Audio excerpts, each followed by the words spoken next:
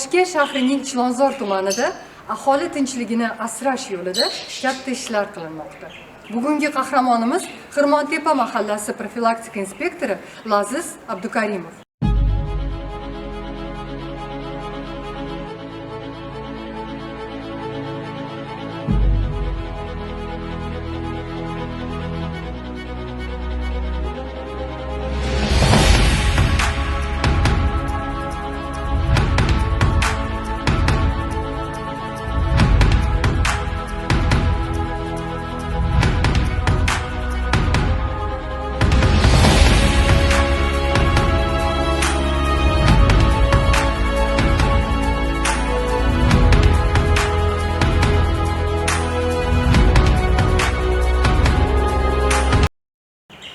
O'z vazifasiga chin dildan yondashib, mahallada tartib intizom o'rnatishda boshqalarga o'rnak bo'lmoqda.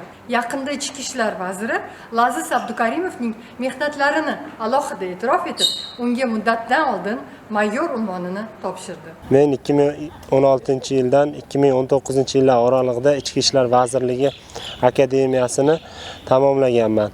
Huquqbuzarliklar profilaktikasi yo'nalishi bo'yicha o'qishni tugatganimdan so'ng Mirobod tumani Yangi Mirobod mahallasida profilaktika inspektor lavozimida ish faoliyatimni boshlaganman. Bu yerda birinchi bilimlarimni, amaliyotimni amalga oshirib, keyingi faoliyatimni Chilonzor tumani Beshqo'rg'on mahallasida amalga oshirganman. Chilonzor tumani Beshqo'rg'on mahallasida 5 yil faoliyat yuritganman. Undan so'ng hozirgi ishlab turgan mahallam, ya'ni Xirmontepa mahallasida 2025-yil mart oyidan boshlab faoliyat boshlaganman.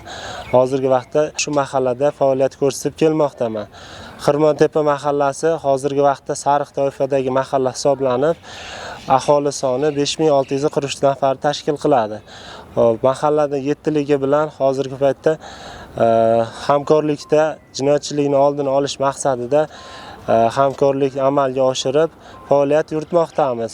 Xirmontepa mahallasi 42-uyni yonida xizmat faoliyatimni olib borayotgan vaqtimda 42-uyni yonida 2 nafar yoshlarni shubha uyg'otganligi sababli ularni to'xtatib tekshirmoqchi bo'ldim.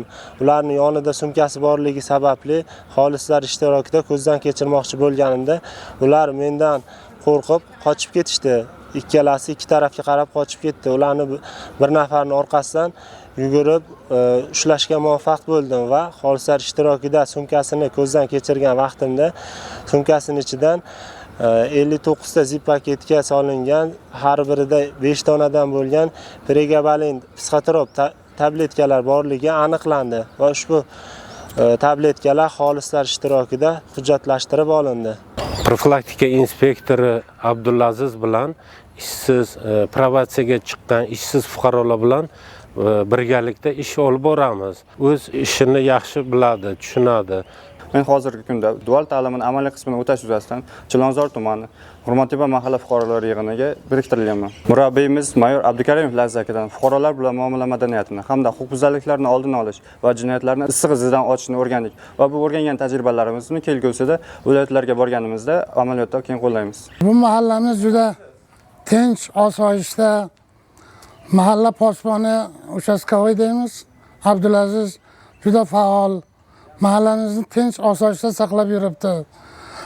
Shu jumladan mahalla raisimiz Azam akam xalq bilan juda doim muloqotda, kecha-yu kunduzi xalqning ichida yuradilar. Xudoga shukr, mahallamiz tinch, osoyishta yashab yuribmiz. Mahallamiz ahil. Yaqinda Abdulaziz inspektorimizni mayor unvoni bilan hammamiz tabrikladik. Bu qilgan ishidan juda xursand bo'ldik. Qancha oilalarni yomon illatdan qutqardi. Tanjoni sog' bo'lsin. Bundan keyin ham unvonlari oshursin. Vazirimiz kamtarona xizmatlarimni yuksak baholab, menga muddatidan avval mayor maxsus unvoni bilan taqdirladilar. Men bundan ruhlanib, kelgusida yana jinoyatchilarni ushlab, ularga qonuniy jazo qo'llash uchun bor kuch-g'ayratimni safarbar qilaman. Vatanimga sadoqat bilan xizmat qilaman. Mana shunday fidoyi insonlar bor ekan, mahallalarimizda fayz, xonadonlarimizda esa xotirjamlik davom etaveradi. Zero tinchlik bor joyda rivojlanish va kelajakka ishonch bo'ladi. Shu bilan qahramonlar ko'rsatuvining bugungi soni o'z nihoyasiga yetdi. Yurtimiz tinchligi yo'lida xizmat qilayotgan boshqa qahramonlarimiz bilan tanishish uchun ko'rsatuvlarimizni kuzatib boring.